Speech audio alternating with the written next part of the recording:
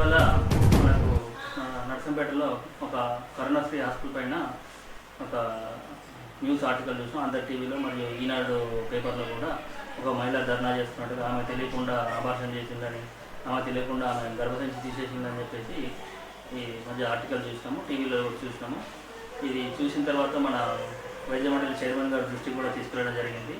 Chairman గారు మరియు incharge registrar గారు కూడా దానిపైన స్పందించి వరంగల్ యాంటీ కోఆగరీ అండ్ లీగల్ టీమ్కి ఒక లెటర్ పంపించారు. దీనిలో ఏంటంటే ఆ కేసును మనం సుమోటోగా తీసుకున్నాము, దీనిపైన సరైన విచారణ జరిపేసి బాధ్యులైన వారిపైన ఎటువంటి చర్యలు తీసుకోవచ్చు, అట్ ద సేమ్ టైము అసలు జరిగిన వాస్తవాలన్నీ వెలికి తీసేసి ఒక నివేదిక పంపాల్సిందిగా మాకు ఆదేశాలు అందినాయి.